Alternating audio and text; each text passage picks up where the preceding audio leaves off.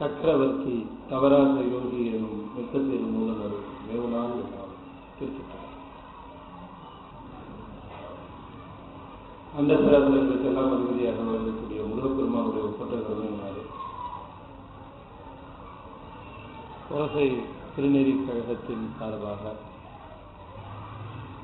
மாதந்தோறும் முதல் சனிக்கிழமை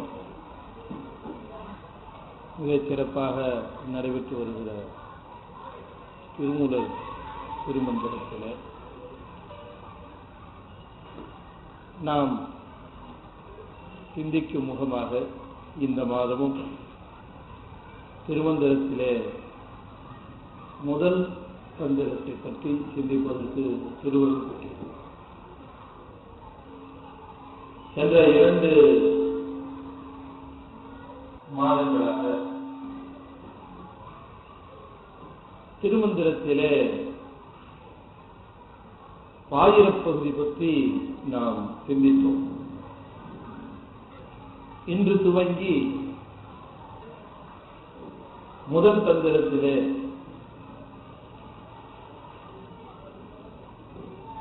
சிவபரத்துவம் என்கிற தலைப்பிலே அருளி செய்யப்பட்ட பாடல்களை நாம் சிலவற்றை இன்றைய தினம் சிந்திக்க இருக்கிறோம். 9 தந்திரங்களாக திருமந்திரத்தை அருளி செய்திருக்கிறார். ஒவ்வொரு தந்திரத்திலேயும் பாடல்களை மந்திரங்களாக அருளி செய்திருக்கிறார். பகுதியினுடைய தலைப்பிற்கு தந்திரம் என்றும் பாடல்களுக்கெல்லாம் மந்திரம் என்றும் நம்முடைய பெருமான் தன்னுடைய நூலிலே ஒரு அதி அற்புதமான நிலையிலே பெயர் சூட்டி இருக்கிறார். பொதுவாக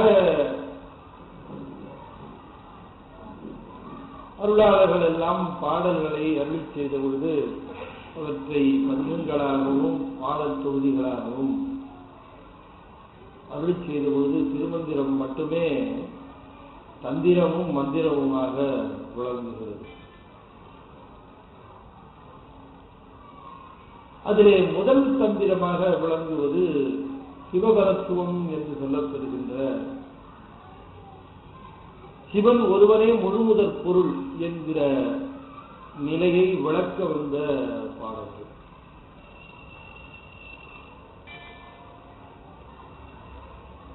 அதிலே முதல் பாடலாக அருளி செய்கின்ற பொழுது சிவனோடு ஒக்கும் தெய்வம் தேடினும் இல்லை, அவனோடு ஒப்பார் இங்கும் யாவரும் இல்லை, புவனம் கடந்தன்று பொன்னொழி மின்னும் தவணச் சடைமுடி தாமரையாக என்று அருளி செய்கின்றார். நூல் துவங்குவது இந்த பாடலில் இருந்துதான் துவங்குகிறது.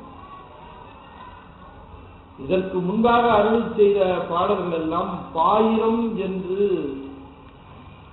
அழைக்கப்பெறுகிறது. பொழுதுமே ஒரு நூல் செய்தால் அந்த நூலுக்கு ஒரு முகவுரை என்று ஒன்று வழங்குவார்கள். நூல் முகவுரை என்று. இந்த நூல் எதை பற்றி பேசப் போகிறது, நூலினுடைய திரண்ட கருத்து என்ன, நூலினுடைய பகுதிகள் என்ன என்பனவற்றை எல்லாம் பாயிரம் என்கிற பகுதி விளக்கி சொல்லும் முன்னுரை.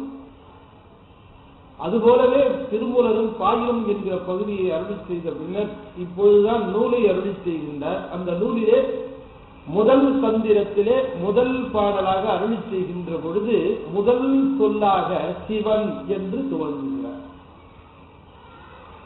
சிவனை கொண்டுதான் துவங்க வேண்டும் என்கிற அவருடைய அந்த உறுதிப்பாட்டினாலே சிகாரத்தை கொண்டு துவங்குகிறார் நூலை. சிவனோடு ஒக்கும் தெய்வம் தேடினும் இல்லை, அவனோடு ஒப்பார் இங்கு யாவரும் இல்லை, புவனம் கடந்தன்று பொன்னொழி மின்னு தவனச்சடை முடி தாமரை யானே தவனச்சடை முடி தாமரை யானே சிவனோடு ஒற்றும் தெய்வம் தேடினும் இல்லை அவனோடு ஒப்பார் இங்கும் யாவரும் இல்லை புவனம் கடந்தன்று பொன்னொழி தவன் அச்சடை முடி தாமரை யானே.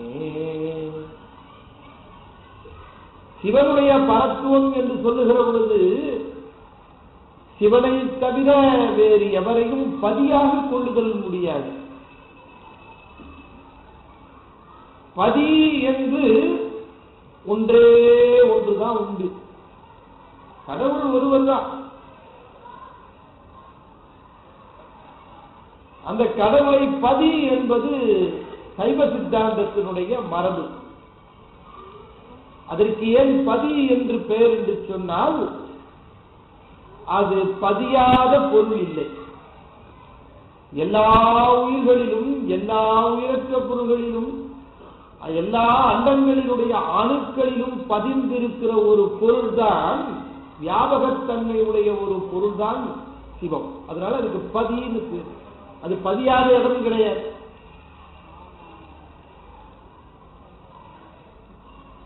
அப்படிப்பட்ட சிவபெருமானுடைய முழுமுதல் தன்மை அதை விளக்க வேண்டும் என்று எண்ணுகிறார். அதனால முதல் பாடலை துவங்குகிற பொழுது சிவபெருமானுடைய அந்த பரத்துவம் என்று சொல்லக்கூடிய, பரத்துவம்னா தனக்கு மேலே ஒன்று இல்லாத நிலை. பரத்துவம் என்று சொன்ன பரம்னா மேல மேன்மையான நிலை என்று சொன்னால் அதற்கு மேல ஒன்றும் கிடையாதுன்னு அர்த்தம். அதுக்கு மேல ஒன்றும் கிடையாதுன்னு சொல்றதை விட ரொம்ப சுலபமான வேலை, அதுக்கு சமமாவே ஒன்றும் கிடையாது. அப்புறம் இல்ல மேல, முதல்ல அதுக்கு சமமாவே ஒரு பொருள் கிடையாது, அப்புறம் தானே மேலன்னு சொல்ல முடியும். அதனால சொல்லுகிறார், சிவனோடு ஒக்கும் தெய்வம் தேடினும் இல்லை. சிவனோடு ஒப்புமை சொல்லக்கூடிய ஒரு கடவுள் உண்டு என்று தேடி தேடி பார்த்தால் கிடைக்கப் போவது இல்லை. தேடினும் இல்லை. ஏகப்பட்ட பேர் ஏற்கனவே தேடி தேடி அடுத்து போய் ஃபெயில்யூராகி திரும்பி வந்திருக்காங்க. நீங்க தேடி டயத்தை வேஸ்ட் பண்ணாதீங்க அப்படின்னு நம்முடைய காலத்தை நிச்சயப்படுத்துவதற்காக சொல்லுகிறார். ஆய்ந்து அறிவு சார்ந்த பெரியோர்கள் எல்லாம் தேடி தேடி பார்த்து சிவனை காட்டிலும் அல்லது சிவனுக்கு ஒப்புமையாக கடவுளிலேயும் முடிவு செய்துவிட்ட பிறகு நீங்க ஏன் அந்த வேலையில இறங்குறீங்க? அந்த ஆராய்ச்சி வேணாமே. அதனால சிவனே முழுமுதல் பொருள் என்று யாம் சொல்லுவதை நீங்கள் ஏற்றுக்கொள்ள வேண்டும். சிவனோடு ஒக்கும் தெய்வம் தேடினும் இல்லை. அவரோடு ஒப்புமையாக சொல்லக்கூடிய கடவுள் இங்கு யாரும் இல்லையப்பா. ஆகமங்களை எல்லாம் முழுதும் உணர்ந்து நின்ற நிலையிலே நாங்கள் எல்லாம் உய்த்து உணர்ந்த ஒரு மிகப்பெரிய உண்மை. அத ரொம்ப அற்புதமாய் சொன்ன, சிவனோடு ஒக்கும் தெய்வம் தோடினும் இல்லை. சரி, இப்ப சிவபெருமானோடு ஒப்புமையாக பேசப்படுகிற கடவுள்னு எடுத்துக்கிட்டா இந்த மாநிலத்திலே எந்த கடவுள் இப்ப சிவனுக்கு ஒப்புமையாக பேசப்படுகிறது? பெருமாள். இதெல்லாம் பயப்படுறாங்க. துட்டு கொடுக்குற சாமியாச்சு சொன்ன கோச்சிக்குவாரு. அதெல்லாம் ஒன்றும் கோச்சிக்காது. திருமால். அதனால சொல்லுகிறார், ரெண்டு பொருள்களை சொல்லுகிறார். அப்பா சிவனோடு ஒக்குமாக இருக்கக்கூடிய ஒரு தெய்வம்னு திருமாலை சொல்லிக் கொண்டு இருக்கிறார்கள். அதனால இரு பொருள் பட சொன்னார். சிவனோடு ஒக்கும் தெய்வம் நாங்கெல்லாம் தேடி பார்த்தோம் இல்ல, இவர் சிவனோடு ஒப்புமையாக சொல்லக்கூடிய திருமான் ஒருத்தர் நீ சொன்னேன்னா அவர் தேடி பார்த்தாரு, அவருக்கே இல்லை வந்த கடவுள் இவர் சிவன். அதனால சிவனோடு ஒக்கும் தெய்வம் தேடினும் இல்லை. திருமாலே தேடி பார்த்து திருவடியை காண முடியாமல் மீண்டு வந்தவர் இந்த சிவபெருமான். அதனால சிவனோடு ஒக்கும் தெய்வம் தேடினும் இல்லை. நீ ஏன் தேடி வேணா போறேன்? திருமாலே தேடி காண முடியாத திருவடியை உடைய பெருமானை நீ எதால தேட போறேன்னு கேட்ட.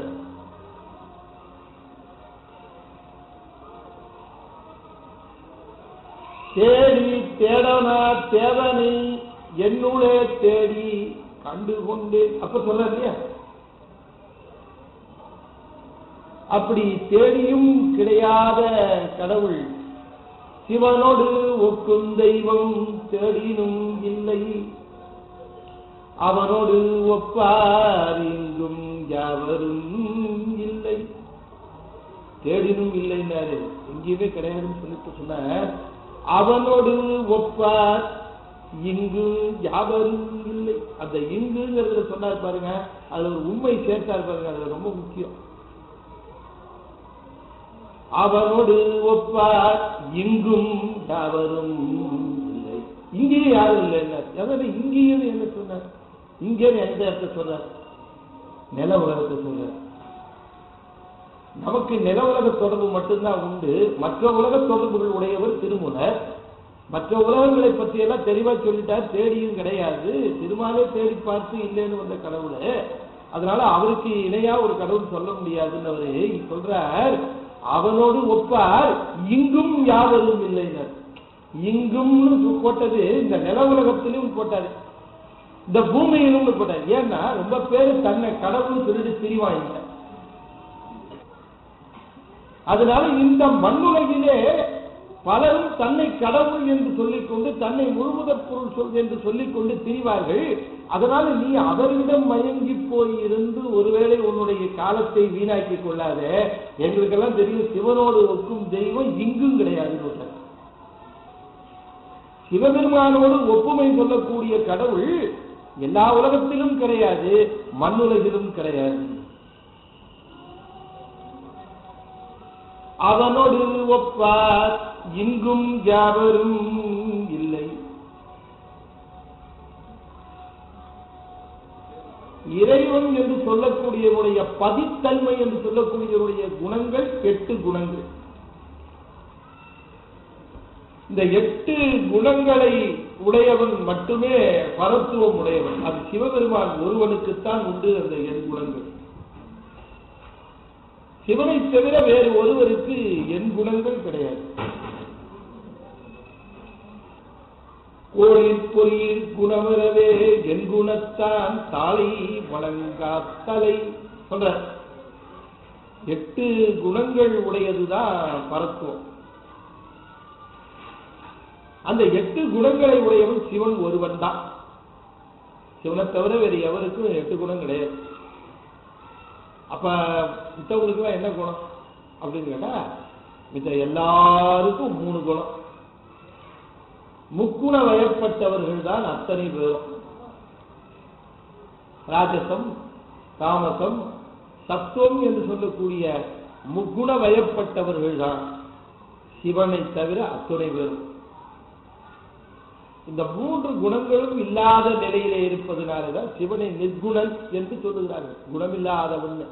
குணமில்லாதவன் சொன்னா இந்த 3 குணமும் இல்லாதவன் அர்த்தமே தவிர எந்த குணமும் இல்லாதவன் அர்த்தம் இல்லை. எந்த குணமும் இல்லைன்னா அது பொருள் இல்லை, சூன்யம் ஆயிடும். ஒரு பொருள் உண்டு அப்படின்னு சொன்னா அதுக்கு என்ன குணம்னு சொல்லணும். ஒரு பொருள் உண்டுன்னு சொன்னா அந்த பொருளினுடைய குணம் என்னன்னு சொல்லணும். ஒரு பொருள் உண்டு ஆனா அதுக்கு குணமே கிடையாதுன்னு சொன்னா அந்த பொருளே இல்லைன்னு அர்த்தம், சூன்யம்னு அர்த்தம். ஒரு பொருளுக்கு இலக்கணம் இருக்கணும். பாம்பு அப்படின்னு ஒரு பொருள் உண்டுன்னா அது நஞ்சை கக்கும், அதுதான் அதுக்கு இலக்கணம். இந்த மாதிரி ஒரு இலக்கணத்தோடு இருக்கிற பொருள்கள் தான் இந்த உலகத்திலே உண்டு, எப்பொழுதும் உண்டே தவிர இலக்கணம் இல்லாத பொருள் சூன்யம் என்று அழைக்கப்படும். அப்ப சிவபெருமான் நிர்குணன் என்று அழைக்கப்படுகிறானே கேட்டா, குணமில்லாதவன் இந்த 3 குணங்களும் இல்லையே தவிர அவனுக்குன்னு 8 குணங்கள் உண்டு. அந்த 8 குணங்களிலே ஒரு குணம் இருந்தால் கூட மிக அற்புதமான நிலை. அதுல ஒரு குணம் கூட இருக்கிறவங்க 8 குணத்தையும் விட்டுடுங்க. அப்படி இந்த 8 குணங்களும் உடைய சிவனோடு ஒப்புமை சொல்லக்கூடிய ஒருவர் இந்த மண்ணுலகிலே கிடையாது. அப்படி யாராவது இந்த மண்ணுலகிலே நான் முழுமுதற் கடவுள், நான் தான் கடவுள், என்னை வழிபடு என்று சொன்னான்னா ஏமாறுறது உன் தலையெழுத்து. நம்ப வேண்டிய அவசியம் இல்லை.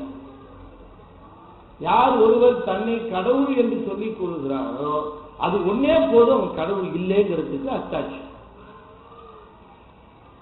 இறைவன் என்று சொல்லக்கூடியவருடைய குணங்கள் என்னங்கிறத சைவ சித்தாந்தம் ரொம்ப அற்புதமாக எடுத்து காட்டுது. அப்படி அந்த எண் குணங்களோடு விளங்கக்கூடிய சிவபெருமானை முழுமுதற் பொருளாக கொள்ள வேண்டுமே தவிர மண்ணுலகிலே இருக்கக்கூடியவர்களை முழுமுதற் பொருளாக கொள்ளுதல் கூடாது. சிவன் கருவிலே உதிக்கின்றவன் அல்ல.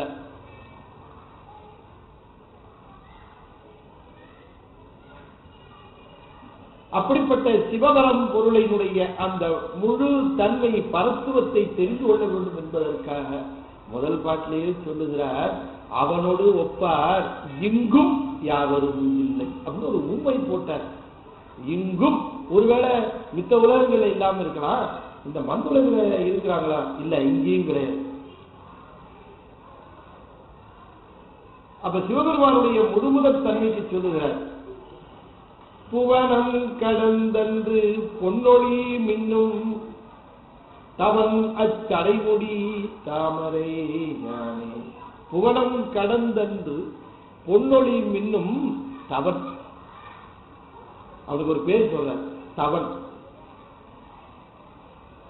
புவனம் கடந்து அன்று பொன்னொழி மின்னும், பொண்ணுன்னா சூரியன் அர்த்தம்.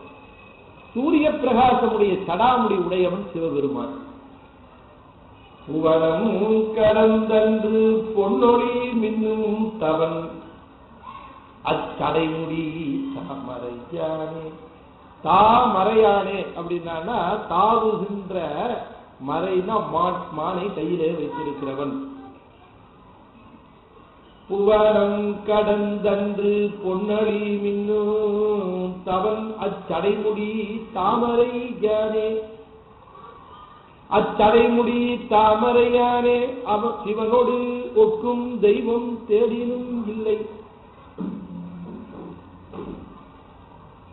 அவனோடு ஒப்பார் இங்கும் யாவரும் இல்லை. புவனம் கடந்தன்று பல்வேறு அண்டங்களை கடந்து இந்த ஜடாமுடியோடு விளங்குகிறாராம் சிவபெருமான். அது சூரிய பிரகாசத்தோடு விளங்குகிறது. பொன்னொழி மின்னும் தவன் தவத்தினுடைய பயனாக விளங்குகிறது. தவன்னா தவமுடையவன் அர்த்தம் இல்ல, தவம் செய்தவர்களுடைய புண்ணியமாக விளங்குகிறவன் சிவபெருமான். அச்சடைமுடி தாமரையானே. அச்சடைமுடி தாமரையானே. இது இந்த நான் சொன்ன பொருள், அச்சடைமுடி தாமரையானேன்னு சொன்ன பொருள் பொதுவாக எல்லாரும் சொல்லி இருக்கிற பொருள். அதுல நுணுக்கமா சில பொருள் இருக்கு, அதை நான் சொல்லணும் உங்களுக்கு. புவனம் கடந்தன்று பொன்னொழி மின்னும் தவன் அச்சடைமுடி தாமரையானே. சிவபெருமான் நீண்ட சடாமுடி உடையவர்.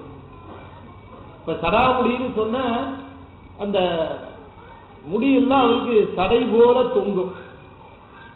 சடை போல தொங்கும்னா அதுக்கு என்ன சடைன்னு சொல்லுகிற பொழுது தெரியாத கொடுத்திருக்கிறார், புல்லிய சடையினர். இதுக்கு என்ன சடையா? புல்லிய சடை.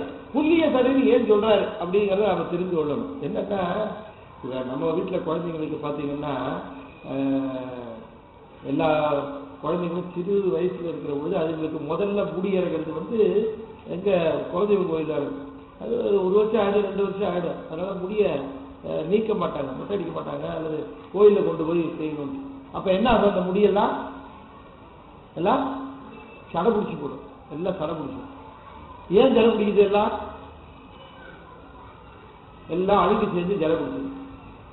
சிவபெருமானுடைய சடாமுடியில சடமுடின்னு நினைச்சா எல்லாம் அழுது பிடிச்சி அப்படியே பிடிச்சி நிற்கும் போல இருக்கு. நீங்க நினைச்சிடக்கூடாது.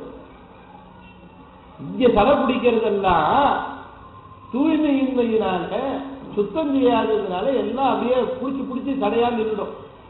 அந்த மாதிரி இல்ல சிவபெருமானது. எப்படியா ஒவ்வொரு இழையா எடுக்கலாமா? புல்லிய சடை. சிவபெருமானுடைய அந்த ஜடாமுடி இருக்க அது அலை போல பாய்ந்து செல்லுகின்ற நதி போல விளங்குமா. அதுல இருக்கிற ஒவ்வொரு இழையும் தனியா பிரியுமா. அதான் புள்ளி. அதுல இருந்து ஒரு 6-7 இழை எடுத்துதான் கங்கையை தடுத்து நிறுத்திருக்காரு. அது புல்லிய சடையினாரு. சிவபெருமானுடைய மிகப்பெரிய சிறப்பு என்னன்னா அந்த பெரிய சடாமுடிய அதற்கு மணிமுடியாக திகழ்வது. அதுதான் அவருக்கு திருமுடி. இப்ப மற்ற தெய்வங்களுக்கெல்லாம் என்ன பண்ணணும்? நீங்க ஒரு மணிமுடி வைக்கணும். அதுதான் அவர்களுக்கு தலைமையினுடைய அடையாளம். இப்ப தலைமையினுடைய அடையாளம்னா தலையில ஒரு கிரீடம் வைக்கணும். அது மணிமுடியாக விளங்கும். எல்லா தெய்வங்களுக்கும் மணிமுடி விளங்கும். சிவபெருமானுக்கு சடாமுடிய. சிவபெருமானுக்கு சடாமுடி. அவருக்கு தனியா மணிமுடி வைக்கிறது இல்லை. ஏன்னா இதுதான் முடி அவருக்கு, சடாமுடி. நல்ல கவனமா பாத்தீங்கன்னா மற்ற தெய்வங்களுக்கு மணிமுடி சூட்டுகிறார்கள்னா மணிமுடி சூட்டிடுவோம்னா என்ன பொருள்? ஒரு நாள் எடுத்துருவோம்னு பொருள். பதவி ஏற்றார் அப்படின்னா என்ன அர்த்தம்? ஒரு நாள் இறக்குவோம்னு அர்த்தம். அப்படிதான் அர்த்தம். பதவி ஏற்றார்னா ஒரு நாள் பதவி இறங்குவார்னு அர்த்தம். அதான் அதுக்கு பொருள். மணிமுடி கவித்தார்னா ஒரு நாளைக்கு மணிமுடியை அவுத்து வச்சிருவார்னு அர்த்தம். ஆக மற்ற தெய்வங்களுக்கெல்லாம் மணிமுடியை என்பது சூட்டுவது என்பது செயற்கையாக அமைவது. ஆனால் சிவபெருமானுக்கோ முடியானது, ஜடாமுடியானது இயற்கை முடியாக அமைந்த காரணத்தினாலே சிவன் ஒருவன் தான் இயற்கை தலைவன், மற்ற கடவுளர் எல்லாம் செயற்கை தலைவர்கள் என்பது அறிகுறியாகிறது. புரியுதா உங்களுக்கு? இந்த சடாமுடி இயற்கையாக அமைந்த மணிமுடியாக விளங்குகிற காரணத்தினாலே இந்த ஏத்தலை இறக்கிற வேலையெல்லாம் சிவன் ஆக பர்மனண்டா அவர் தான் தலைவர். மித்தவங்கெல்லாம் அப்பப்போ வந்துட்டு போவாங்க, அவ்வளவுதான். அந்த கருத்தை சொல்லுகிறார் முதல் பாடலிலேயே. சிவனுடைய சிறப்பை சொல்ல வேண்டும் என்கிற பொழுது சடாமுடி சிறப்பை மட்டுமே முதன்மைப்படுத்தி பேசுவதற்கு காரணம் அவர் ஒருவரே முழுமுதற் பொருள் என்கிற அந்த நிலை. சிவனோடு ஒக்கும் தெய்வம் தேடினும் இல்லை, அவனோடு ஒப்பார் எங்கும் யாவரும் இல்லை. திருமந்திரம் படிக்க வந்திருக்கிறியா நீங்க? ஆமா, கிட்டத்தட்ட 3000 பாட்டு இருக்கு. தெரியுங்க ஐயா, படிக்கிறதுக்காக தான் வந்திருக்கிறேன். 3000 பாட்டையும் படிக்க போறியா? சரி, ஆமாங்க. சரி, 3000 பாட்டையும் படிக்கிற பொழுது நீ முதல்ல ஒரு விஷயம் தெரிஞ்சுக்கணும். என்ன? இந்த 3000 பாடலையும் படிக்கிற பொழுது நீ தெரிந்து கொள்ள வேண்டிய முதல் விஷயம் என்னன்னா, சிவன் தான் முழுமுதற் கடவுள், சிவனை தவிர வேறு கடவுள் இல்லைன்னு முதல்ல நீ தெரிஞ்சுக்கணும். தெரியுதா? சரி, அப்படின்னு முதல்ல ஒரு நறுக்குன்னு கொட்டு வைக்கிற. சிவனோடு ஒக்கும் தெய்வம் தேடினும் இல்லை. நீ திருமந்திரம் படிக்க ஆரம்பிச்சதுக்கு அப்புறம் வேற தெய்வத்தை தேட ஆரம்பிச்சேன்னா திருமந்திரம் படிக்க வராது. சிவனையும் முழுமுதற் பொருளாக ஒப்புக்கொள்ளுகிறவனாக இருந்தா வா, அப்பதான் விஷயமே உனக்கு புரியும். இல்லைன்னா ஒவ்வொரு நாளைக்கு ஒவ்வொரு கடவுள் பார்த்துருக்கேன். நாங்க திங்கக்கிழமான ஒரு கோயில், செவ்வாய்க்கிழமான இன்னொரு கோயில், புதன்கிழமான இன்னொரு கோயில், வியாழக்கிழமான ஆஞ்சநேயர் கோயில், வெள்ளிக்கிழமான இன்னொரு கோயில், சனிக்கிழமை இப்படி தினம் ஒரு கோயிலாக ஏதாவது ஒரு கடவுளாக சாங்ஷன் பண்ண மாட்டாங்க அப்படின்னு போகிறவர்கள் உண்டு. நான் அதெல்லாம் தப்பு சொல்லல, இது அவங்க இஷ்டம். சிவனை வணங்குகிறவர்கள் வேறு எத்தெய்வத்தையும் முதற்கடவுளாக கொள்ள மாட்டார்கள். மற்ற கடவுளை வணங்க நேர்ந்தாலும் கூட அது சிவனுடைய அதிர்ஷ்டித்த தெய்வமாகவே வழிபடுவார்கள். அதனால இந்த கருத்தை முதலாக வலியுறுத்துகிறார் திருமந்திரத்துல. இந்த கருத்தை வலியுறுத்தும் முகமாக சொல்லுகிறார், தவன் அத்தடைமுடி தாம் அறையானே. தாம் அறையானேன்னாரு அதுக்கு நான் முதல்ல ஒரு பொருள் சொன்னேன். தா மறை, மறைனா மானு, தாவுகின்ற மானை இடப்பக்கமாக வைத்திருக்கிறது. மானை இடப்பக்கமாக வைத்திருக்கிற சிவபெருமான் தா மறையானே. இப்ப நான் எப்படி பிரிச்சேன் அது அப்படின்னா, அது இன்னும் கொஞ்சம் சிறப்பான பொருள் இந்த 3வது வரைக்கும் 4வதுக்கு வரும்னா, இந்த தா மறையானே, தாவுகின்ற மறையானே, மானை கையில் ஏந்தியவனே அப்படின்னு பொருள் சொல்லியிருந்தாலும் கூட எனக்கு தோழிய பொருள் என்னன்னா, சடாமுடியை தாங்கியதுனால இவன் ஒருவன் தான் தலைவன், இவன் ஒருவன் தான் அரசன். அதனால அந்த பொருளைத்தான் சொல்லுகிறார் அவர். அப்படி சொல்லுகிற பொழுது தவன் யாரு? புவனம் கடந்தன்று பொன்னொழி மின்னும் தவன் அச்சடை முடிதாம் அறையானே. அறையன்னா அரசன் அர்த்தம். அவன் ஒருத்தன் தான் அரசன். புவனம் கடந்தன்று பொன்னொழி மின்னும் தவன் அச்சடை முடி தாம் அறையான். அவன் ஒருத்தன் தான் அரசன். அரையன்னா அரசன். நாவுக்கு அரையன், திருநாவுக்கு அரையன். அரையன்னா அரசன் அர்த்தம். அப்ப தாமரை அணைங்கிறத தாம் அரையானே, அரையானேங்கிறத அரையனே என்று சொல்லி அவன் ஒருவன் தான் அரசனே என்று சொல்லுகிறார். இன்னொரு பொருள், புவனம் கடந்தன்று பொன்னொழி மின்னும் தவன் அச்சடை முடி தாமரையானே. தடை முடி, முடியோ தடாமுடி, பாதமோ தாமரை. முடியையும் அடியையும் சொல்லுகிறார். இந்த முடியும் அடியுமாக அதற்குள்ளே எல்லாவற்றையும் அடக்கியவனாக விளங்குகிறான் சிவபெருமான். அதனால சடாமுடி தாமரை, தாமரை போன்ற திருவடியை உடையவன். தாமரை போன்ற திருவடியையும் சடாமுடியையும் உடையவன் சிவபெருமான் என்று எல்லைகளை வகுத்து காட்டுவது போல ரொம்ப அற்புதமாக சொல்லுகிறார். தவன் அச்சடைமுடி தாமரையானே. சிவபரத்துவம் என்கிற இந்த பகுதியிலே சிவனுடைய அந்த பரத்துவ நிலையை பெரிதும் பேசுகிறார். தீயினும் வெய்யன் புனலினும் தண்ணியன் ஆயினும் அவனருள் அறிவார் இல்லை. தீயினும் வெய்யன் புனலினும் தண்ணியன் ஆயினும் ஈசன் அருள் அறிவார் இல்லை. சேயவன் நல்லன் அணியன் நல்லன்பர்க்கு தாயினும் நல்லன் தாழ்படையோ.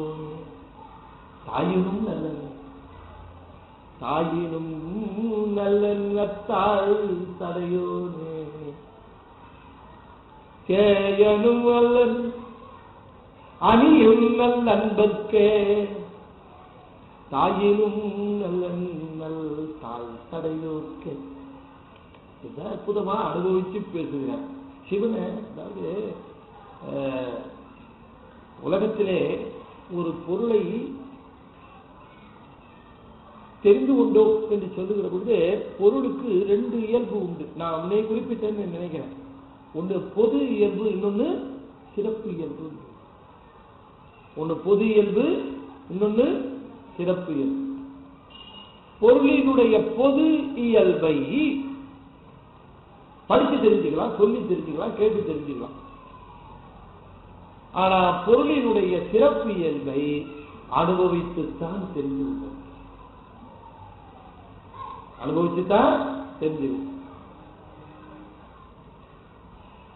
ஒரு உதாரணம் என்ன உங்களுக்கு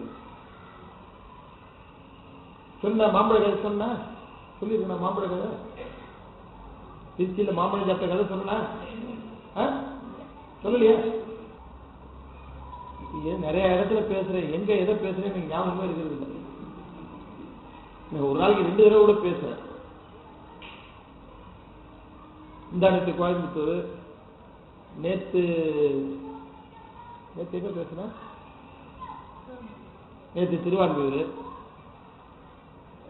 இன்னைக்கு இங்க, நாளைக்கு சைதாப்பேட்டை.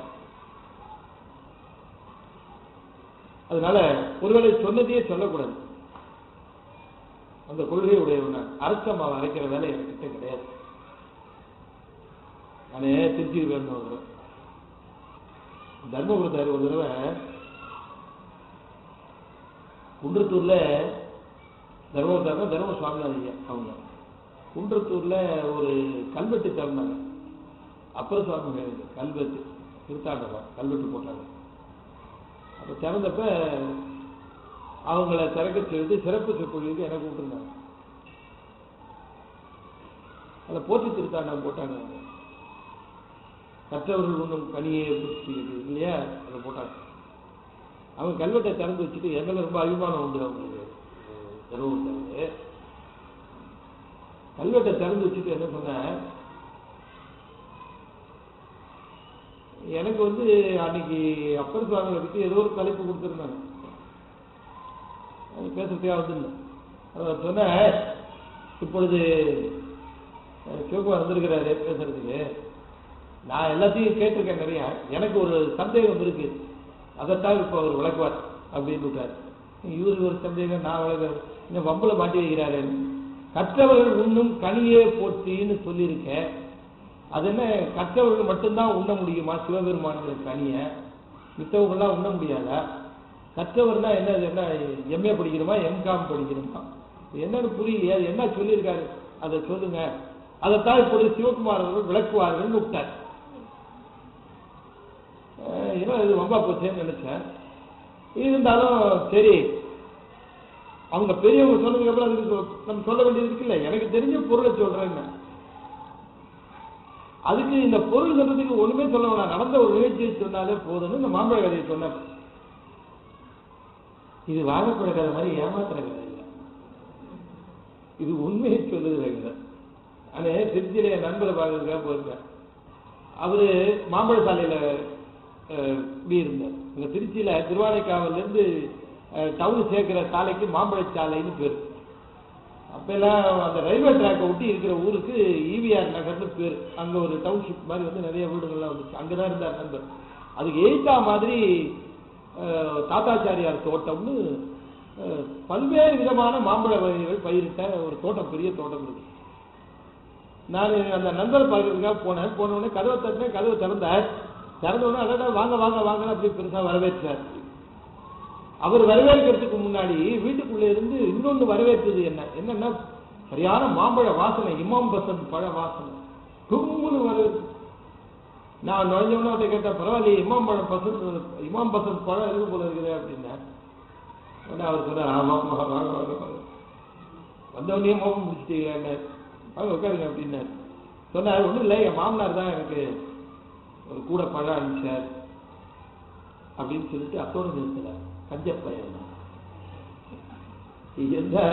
எந்த மாப்பிள்ள மாமனார பாராட்டிருக்கேன் இல்லைங்களா? அவர் அப்படி சொன்னார், 2 கூட இருக்குல்லையா, ஒரு கூட தான் அனுப்பிச்சார், அதுக்காக கஞ்சப்பையன்.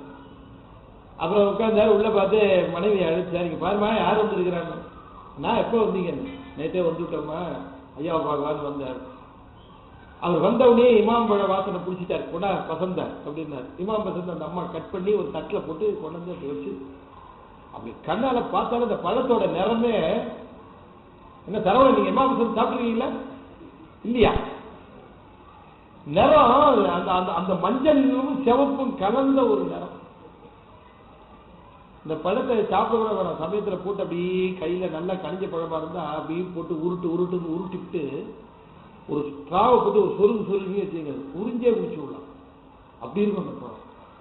அப்படி தட்டில் அப்படி வச்ச உடனே அதை பார்த்த உடனே கேட்கணுமா, நாக்கில் தண்ணி சாப்பிடலாமான்னு பார்த்தா சாப்பிடுறது அவர் சொல்லாம எப்படி சாப்பிடுவோம், முறையா இருக்குமா சரின்ட்டு அவர் பேசிக்கிட்டே இருக்காரு தவிர இதை ஒன்றும் சொல்ல காணும்.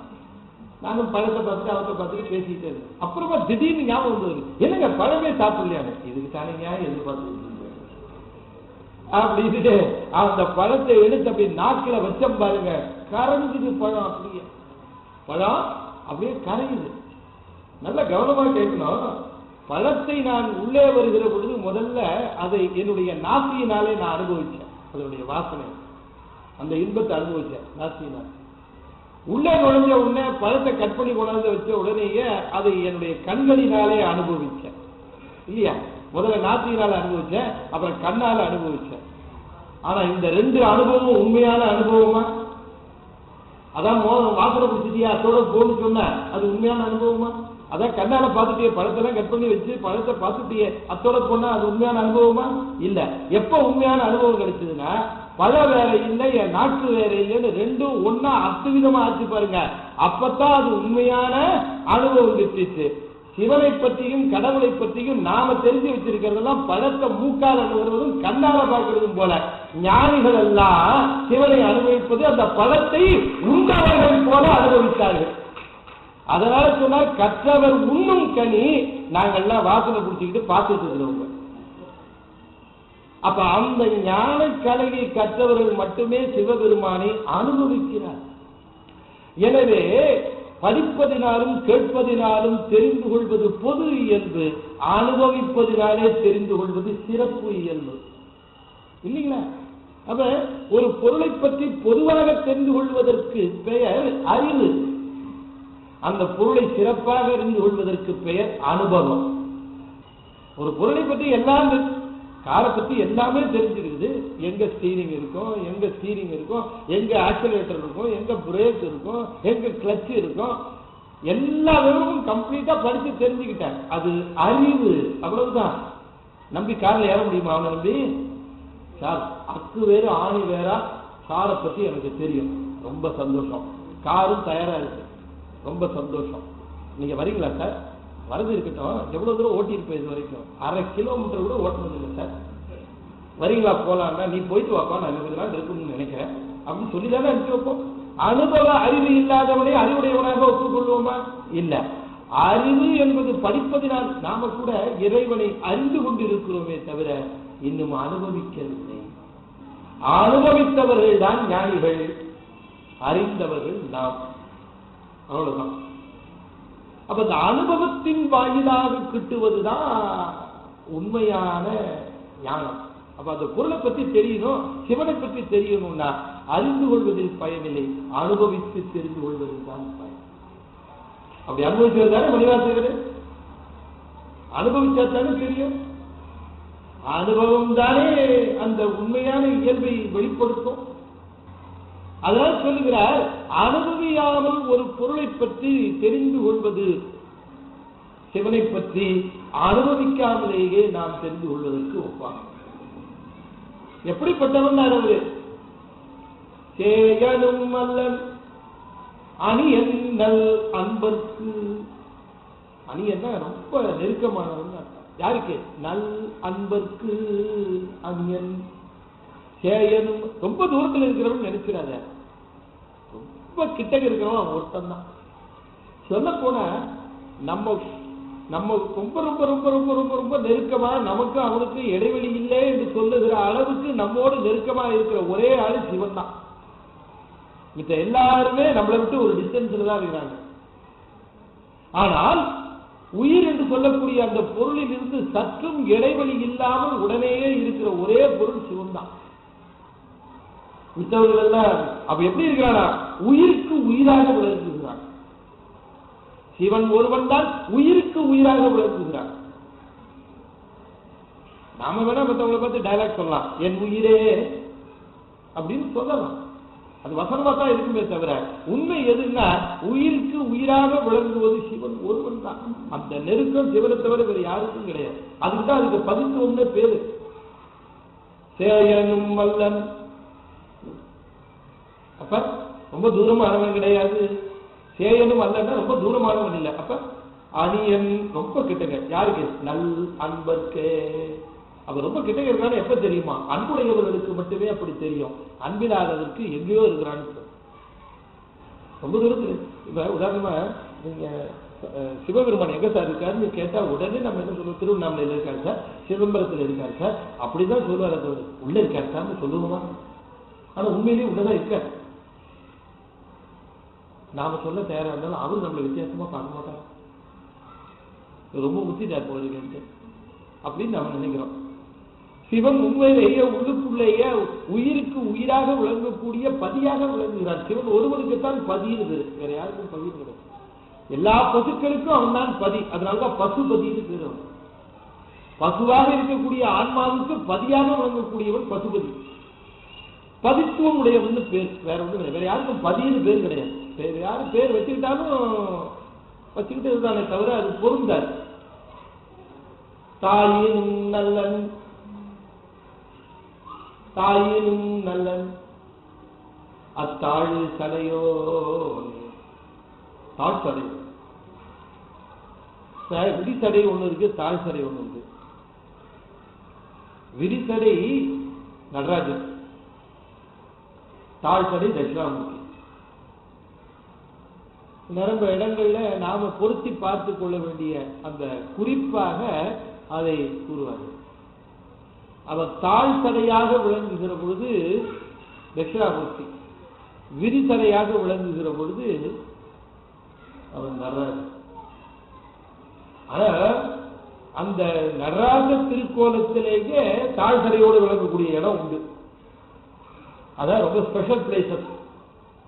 எப்பவுமே அந்த சடாமுடி விரிஞ்சு போய் திருவாசியோட சேர்ந்துருக்கும். நீங்க பாத்தீங்கன்னா பஞ்ச கிருத்தியம் பண்றது, 5 தொழில் செய்கிற அந்த நிலை. நீங்க பேரூர் போனீங்கன்னு வச்சுக்கோங்க, ஆடுவார் சடையெல்லாம் தாழ்ந்திருக்கும். பேரூர் சாமி மட்டும். பேரூர்ல பட்டீஸ்வரன் இருக்க, ரொம்ப அற்புதமான சாமி, மேக்கப் பார்த்தவர், ஞானம் வழங்குறது. சுந்தர உற்சாகம் அங்க போனார் ஒரு தடவை. அங்க போன உடனேயே இவர் தூரக்க வராருன்னு தெரிஞ்ச உடனே சுவாமி என்ன பண்ணாரு, சுந்தர வந்தா பொண்ணு கேட்பாயா, பணம் கொஞ்சம் டிமாண்டு, அதனால பொண்ணு கேட்பான். இல்லைன்னு சொன்னாலும் கேட்க மாட்டான், விட மாட்டான். அதனால நான் இருக்கிறத விட பெட்டர் வெளியில போயிடுறதுன்னு சொல்லிட்டு கிளம்பிட்டார் சுவாமி. வெளியில கிளம்பும் பொழுது அவர் சொல்லிட்டு போற ஒரே ஆள் நந்திகிட்ட தான். நந்திகிட்ட சொன்னாரு, சுந்தரம் வரா, பொண்ணு கேட்பான், இல்லைன்னு சொல்ல முடியாது, தகராறு பண்ணுவான், நான் போறேன் அப்படின்ட்டு போயிட்டார் வயக்காடு. எப்படி போனார்னா, வயக்காட்டுல ஏதோ நடவு செய்யற மாதிரி, உழவு தொழில் செய்யற மாதிரி, ஒரு விவசாயி மாதிரி போயிட்டார். சும்மா போல, அம்பாளையும் கூட்டிட்டு போயிட்டார். 2 பேரும் உழவனும் உழச்சி மாதிரி அங்க வயக்காட்டுல நிக்கிறாங்க. சுந்தரசாமி வந்தார். வந்த உடனே நேரா உள்ள வந்தார், சன்னதிக்கு வந்தார். சன்னதியில வந்து பார்த்தா ஆளை காணும். இப்ப நான் போயிருந்தா, மற்றவங்க போயிருந்தா கணக்குல போட்டு வந்திருப்போம். ஏன்னா நமக்கு இருக்குதா இல்லையான்னு கூட தெரியாது. நம்ம பார்க்கறது புறத்தோற்றம். ஞானிகள் அகத்தோற்றத்தையே பார்ப்பாங்க, அவங்களுக்கு தெரியும் உள்ள இருக்கிறாரா இல்லையா. சுவாமி கிளம்பிட்டாருன்னு தெரிஞ்சு போச்சு. ஆளை காணுமே அப்படின்ட்டு அப்படியே மெதுவா யோசிச்சே வெளில வந்தார். வந்த உடனே நந்திக்கு நிச்சயமா தெரியும். அதனால நந்தியை போய் கேட்டார், எங்க அவங்க பாஸ் போனாருன்னு கேட்டார். நந்திக்கு இப்ப தர்ம சங்கடம், தெரியாதுன்னு சொல்ல முடியாது. இவரும் அவரும் இருக்கிறாங்களே, 2 பேரும் அடிச்சுக்குவாங்க, சேர்ந்துக்குவாங்க. நாம இப்ப இவரை விரோதிச்சுக்கிட்டோம்னா, நாளைக்கு முன்னே இவரு பக்கத்துல நிக்கிறவர், நம்ம கேட்ல நிக்கிறாங்க. இவரு மேல வந்துட்டாருன்னா பக்கத்துல நின்று திருநீர் வழங்குறவர். இப்ப என்னவோ வேற டியூட்டில கீழே வந்திருக்கிறார். இவங்க 2 பேர் பண்ற கலாட்டாவை நம்ம மாட்டிக்கிட்டு இவர்கிட்ட விரோதம் சம்பாதிக்க கூட நினைச்சார். அதே நேரத்தில் சாமி போகும்போது சொல்லாதேன்ட்டு போயிருக்கிறார். என்ன பண்றதுன்னு பார்த்தது, ஒரே வேலை, அவர் போன திசையை நோக்கி இப்படி திரும்பி பார்த்தது. சுந்தர புரிஞ்சுக்கிட்டார், இது போதும் எனக்கு, நீ போது நான் ரோடு போட்டுக்கிறேன். இப்படி திரும்பி பார்த்த திசையில பார்த்தாரு, அங்க வயக்காட்டுல சாமியும் அம்பாள் இருக்கிறது தெரிஞ்சு போச்சு. இன்னைக்கும் போனீங்கன்னா பட்டீஸ்வரத்தில் இருக்கிற நந்தி அந்த பக்கமா தலையை பார்த்த மாதிரி இருக்கும். சுவாமிக்கு முன்னால் இருக்கிற நந்தி தலையை எங்கேயோ பார்த்த மாதிரி இருக்கும். இப்ப காம்பவுண்ட் எல்லாம் போட்டாங்க, அந்த காலத்துல காம்பவுண்ட் இல்லை, அது பார்த்த திக்கு வயக்காடு. நேரா அங்க போயிட்டார். அங்க போன உடனே புடிச்சாரு, எனக்கு காசு கொடுக்கறதுக்கு ஏன் இந்த வேஷம் போட்டல, இங்க வந்து இந்த நிலத்துல வேலை செஞ்சிட்டு இருக்கிற நீ வந்து 10 இல்லாம அம்மாவை யாரையா கூப்பிட்டு வந்த, நீ துட்டு குடியா அப்படின்னு கேட்டார். சுந்தரா, இது பட்டீஸ்வரம், நான் மேக்கப் பார்த்துருக்கிறேன், ஞானம் தான் கொடுக்கறத தவிர பொன் தரமாட்டேன், அதெல்லாம் தெரியாது எனக்கு, பொன் போனோம், ரொம்ப அர்ஜென்டா போகணும். சொல்றதை கேளு, இங்கே பொன் தருவது இல்லை, அதனால கிடையாது, நான் பாட்டு பாடுறேன்னு ஆரம்பிச்சுட்டேன். பதிக ஆரம்பிச்சா நல்லா பிரமாதமா இருக்கு பதிகம். அதை கேட்ட உடனே சுவாமிக்கு ரொம்ப அற்புதமான ஒரு ஆனந்த நிலை. அவர் ஆட ஆரம்பிச்சுட்டார். அவர் பாடுறார், இவரு ஆடுறார். பதிகம் பாட்டுக்கு போகுது, இவரு ஆட்டம் சும்மா அற்புதமா ஆடுறார். அவர் ஆட்டத்தை பார்த்த உடனே சுவாமிக்கு மகிழ்ச்சி. அவர் உடனே அற்புதமா மேல்நிலையில பாடுறார். பதிகம் முடிஞ்சது. சுவாமி காசு நான் பாடுவேனே அப்படின்னா, நான் ஆடுவேனே அப்படின்னு. நீ பாடி என்ன மகிழ்விச்ச, நான் ஆடி உன்னை மகிழ்விச்சுட்டேன், சரியா போச்சு கணக்கு. அது அந்த தலபுராணத்துல நீங்க பாத்தீங்கன்னா அது விவரம் எல்லாம் இருக்கும்.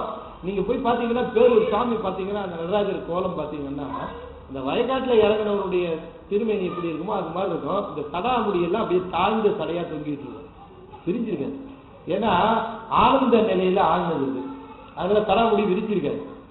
அது அந்த தாழ்ந்த நிலையில ஜடாமுடியெல்லாம் தூங்கும். அங்க பேரூர்ல இருக்க நடராஜர் தான் ரொம்ப ஒரு அற்புதமான விசேஷம். என்னன்னா நிறைய விசேஷம் இருக்கு அந்த இதுக்கு. அதை இப்ப சொல்லிட்டு இருந்தாலும் நான் அதை மட்டும் தான் சொல்லணும். அவசியமா நீங்க பேரூர்ல போய் பார்க்கணும். சிற்பங்களுக்கு ரொம்ப புகழ்பெற்றது உங்களுக்கு தெரியும். அந்த உள்ள நுழையிற அந்த சபை இருக்குது, 5 படி பஞ்சாட்சரம், 4 தூணு, 4 வேதத்துக்கு சுவாமி அங்க இருக்கிறது, 9 சாளரம் நம்ம உடம்புல இருக்கிற ஒரு நவத்வாரத்துக்கு. அங்க உள்ள போனீங்கன்னா நடராஜரை நீங்க வலமா வரலாம். நடராஜருடைய பின்பக்க திருமணி வேற எந்த கோயிலும் பார்க்க முடியாது, இங்கதான் பார்க்கலாம் நீங்க அப்படி வரும்போது.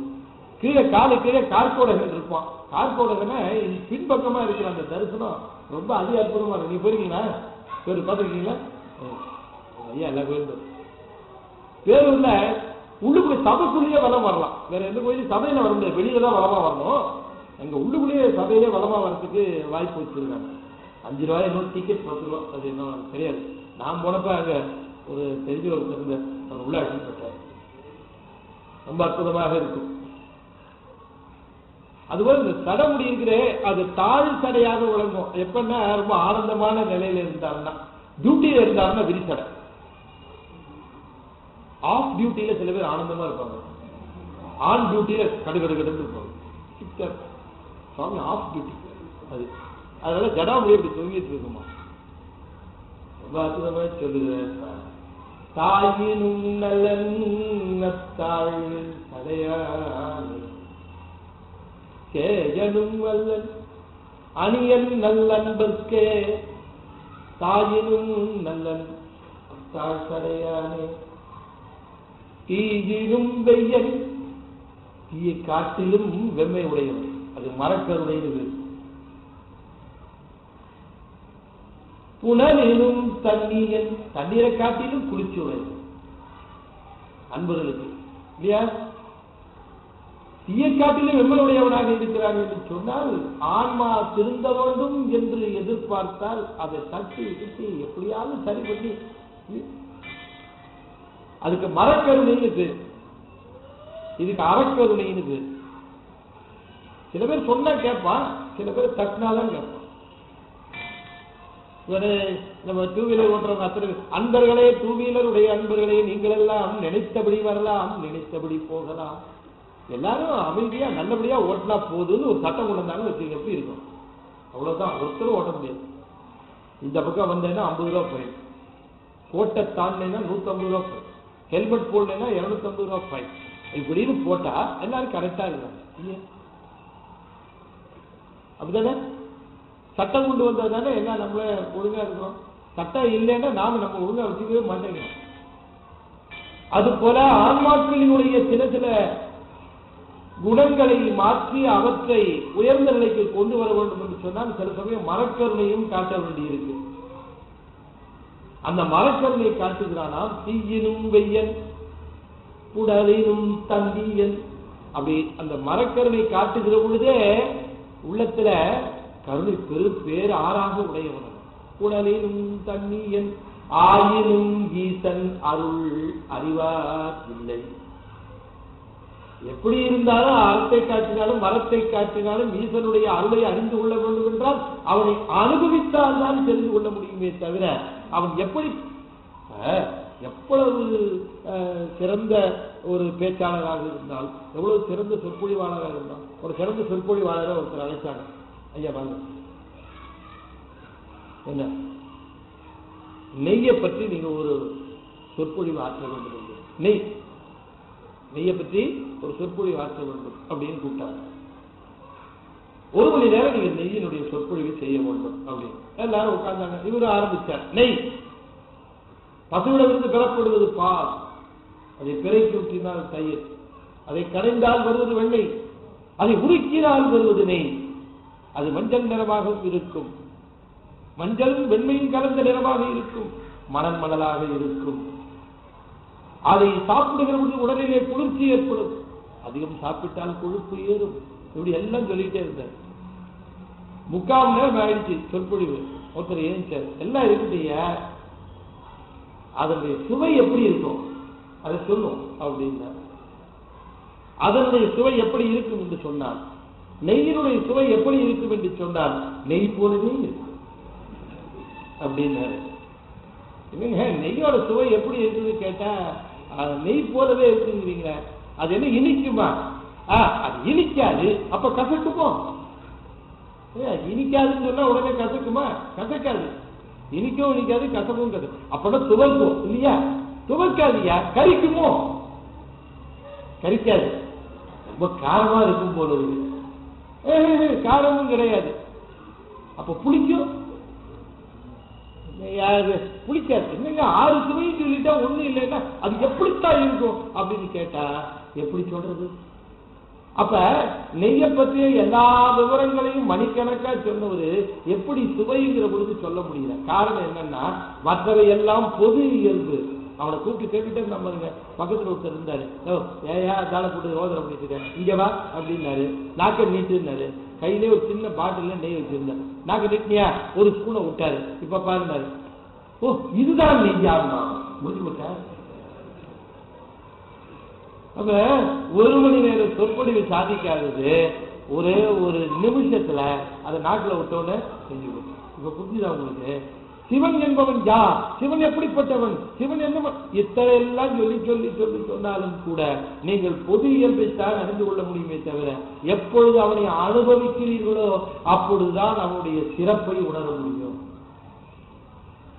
அப்ப எப்ப அந்த சிறப்பு தெரிஞ்சதுன்னா, நாக்கு வேற இல்லை பொருள் வேற இல்லைன்னு தெரிஞ்ச பொழுதுதான் அந்த சுவை அறிய முடிஞ்சதுன்னோம். அதுபோல நாம் வேற இல்லை சிவம் வேற இல்லைன்னு அத்துவிதமான நிலையில தான் அறிந்து.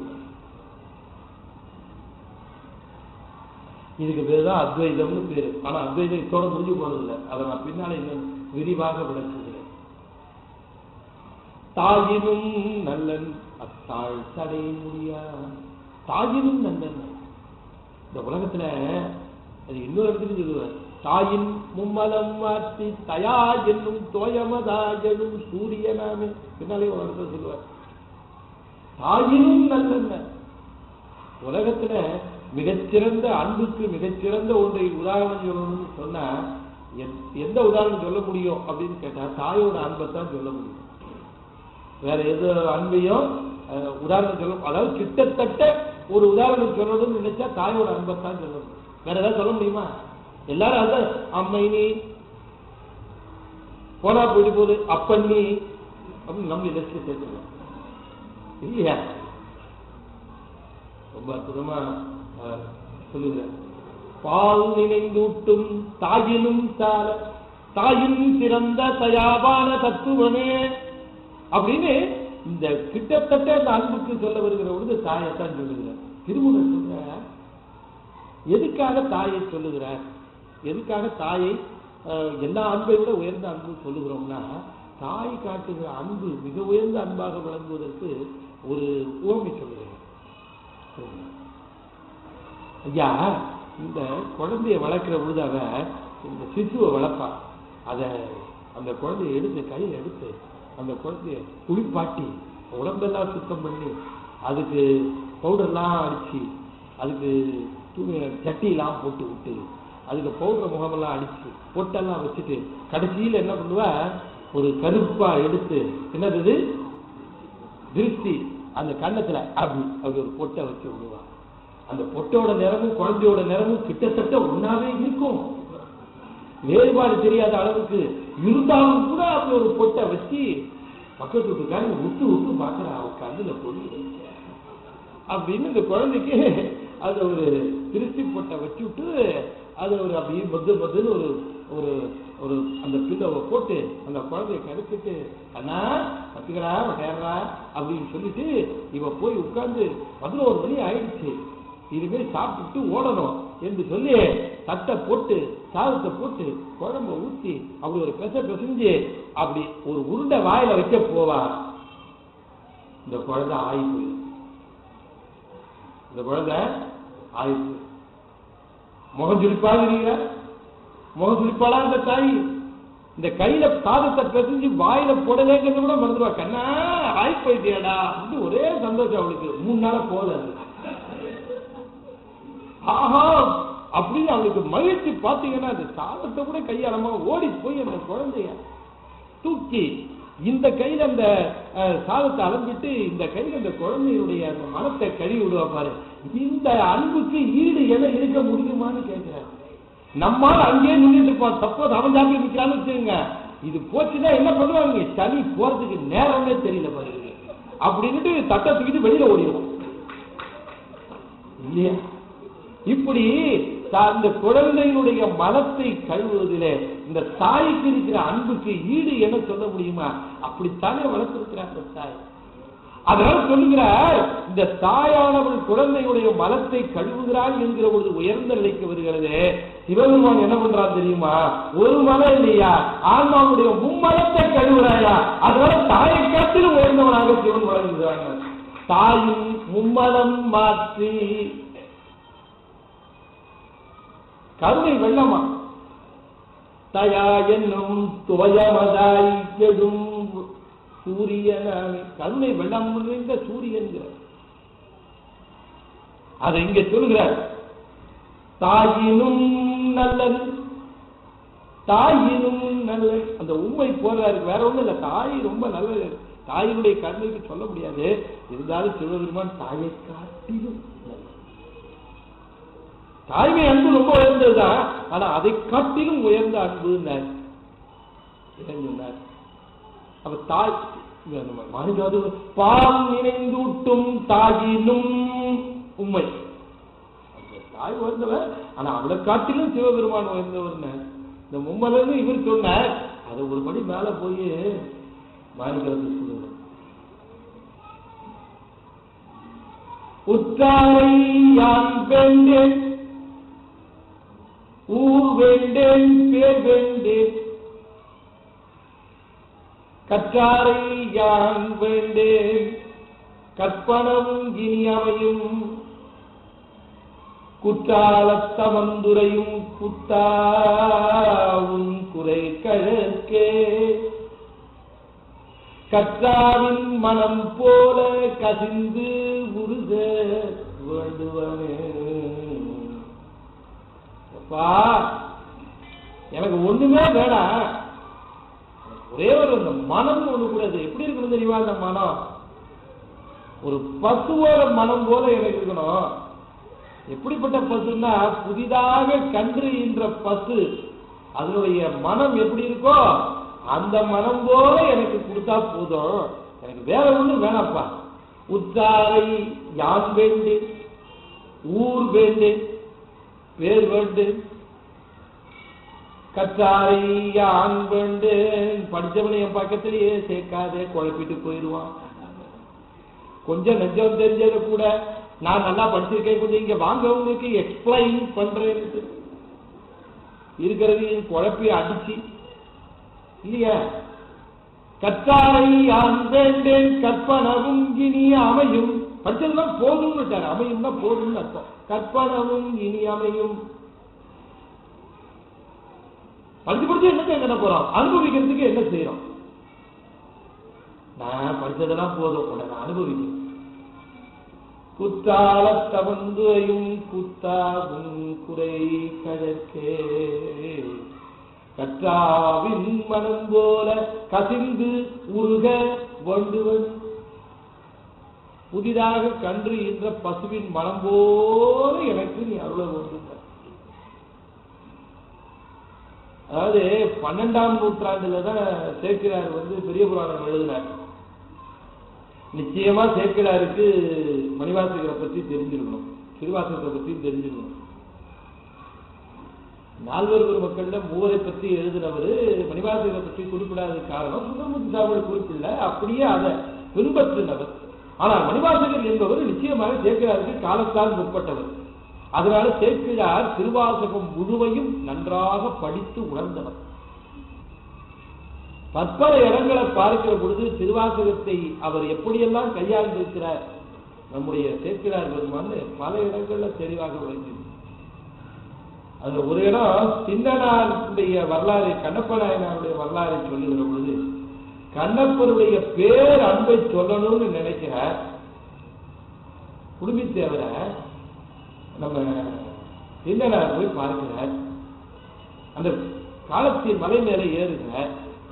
மலை மேல ஏறின உடனே அந்த சாமி தெரியுது, குடும்பத்தேவர் தெரிகிறார்.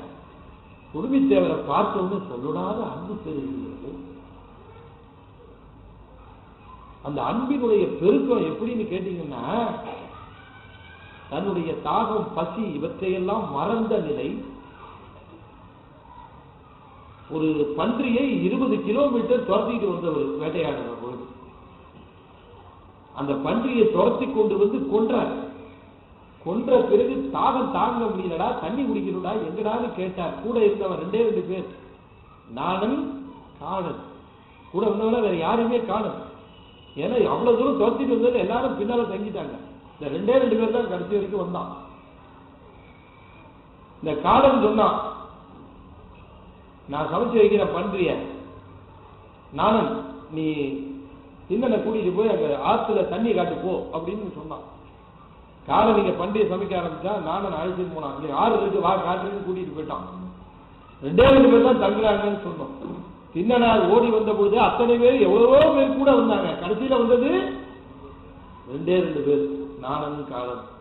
நம்ம கூட எல்லாரும் இருப்பாங்க, ஆனா நம்ம போகும்போது 2 பேர் தான் நம்ம கூட இருப்பாங்க. நல்வினை தீவினை, வேற எதுவுமே இருக்காது.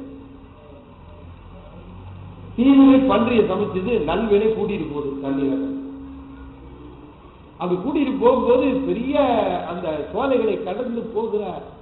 எங்கடா தண்ணி தண்ணின்னு தண்ணி காட்டுற, எனக்கு தாகம் தாங்கலடா, எங்கடா இருக்குல்ல, தோருக்கு காட்டிட்டே போனான். ஒரு 3-4 கிலோமீட்டர் கிளம்பி போட்டு சோலை தெரியுதுல, அதை தாண்டினா பொன்முகல் யாரு ஓடுது, அங்கதான் தண்ணி, வா அப்படின்னு. இந்த சோலைகளுக்குள்ளே போகிற பொழுது காலத்தின் மலை தெரிஞ்சிச்சு. மலை தெரிஞ்சுட்டு பாருங்க. மலையை பார்த்தவங்க, இதுலடா மலை இப்பதான் பாக்குறேன் நான். அப்ப இவர் சொன்ன கூட இருக்கிற நானே, அதுதான் காலத்தி மலை சொன்னதோட நிறுத்திருக்கலாம்ல. ஒரு படி மேல போனான், நல்வினை இல்ல, அங்க போன குடுமித்தேவர் இருப்பார். அவ்வளவுதான் முடிவு. இதுதான் உபதேசம். குடுமித்தேவர் காதுல பட்டுச்சு பாருங்க, அந்த வினாடியே அவருடைய உடலிலே ஏற்பட்ட மாற்றம் தான் உபதேசமா. குடுமித்தேவரா நாம கூட பார்க்க முடியுமா? உங்க அப்பாவோட ஒரு தடவை வந்திருக்கேன், நான் பார்த்திருக்கிறேன். எனக்கு பார்க்கும் போது இல்லை, போய் பார்க்கலாமா? போலாமே, படியேறி போனா பார்க்கணும். ஒரு ஆறு வந்துருச்சு, ஆறு வந்திருக்கே தவிர தண்ணி குடிக்கணும்னு நினைப்போட வந்தாரு பாருங்க, மறந்து போச்சு தண்ணி குடிக்கணுங்கிறது. ஆத்துல இறங்கி போற, தண்ணீரை அருந்தணுங்கிற ஞாபகம் போயிடுச்சு. அந்த படிக்கட்டுல ஏறி போற, முன்னால நானும் போகிறான்.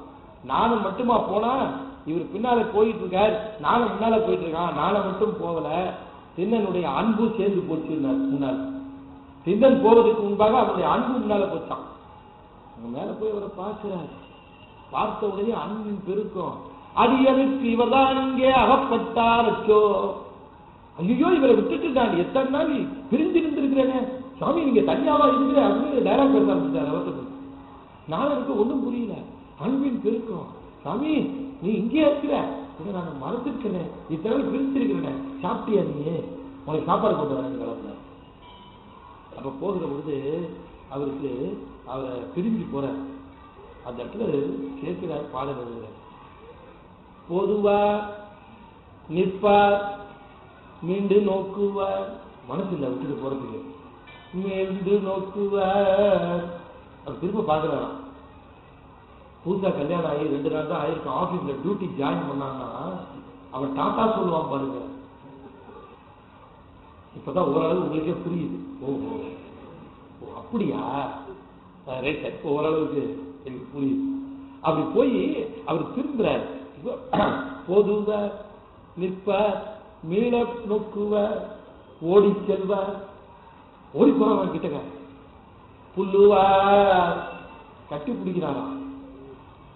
கண்ணீர் உடுப்பார், தார தாரையா கண்ணிருந்து கண்ணீர் ஊற்றலாம்.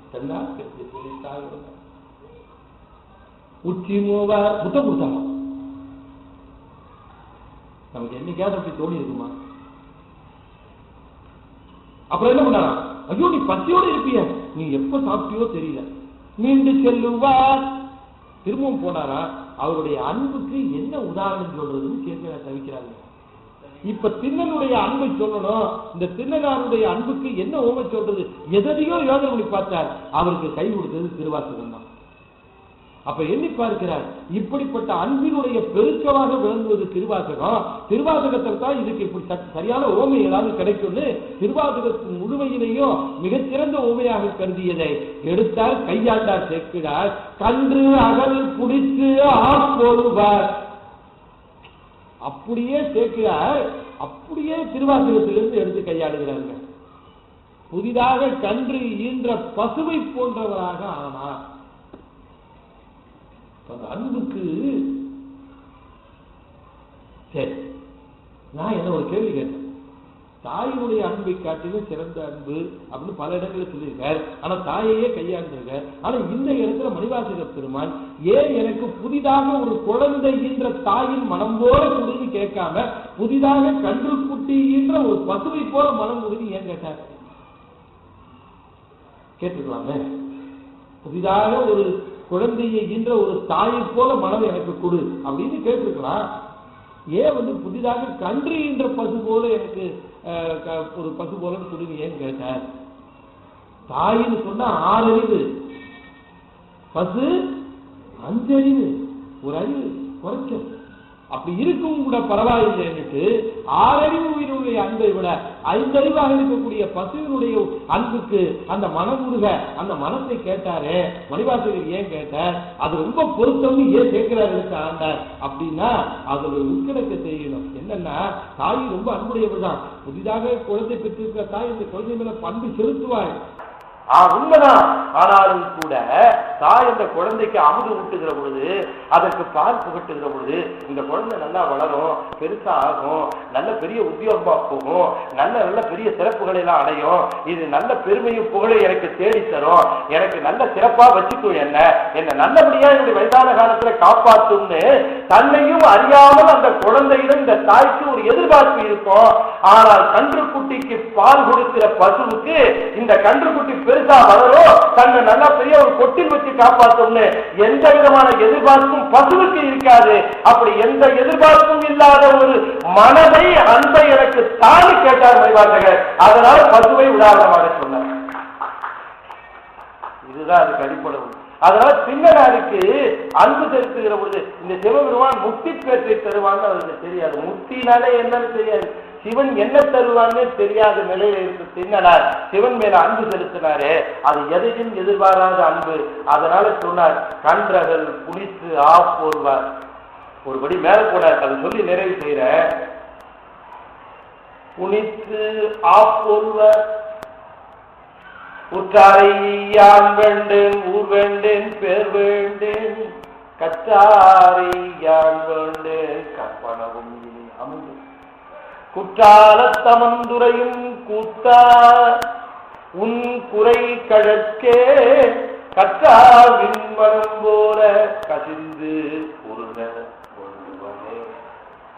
கற்றாவின் மனம் போல.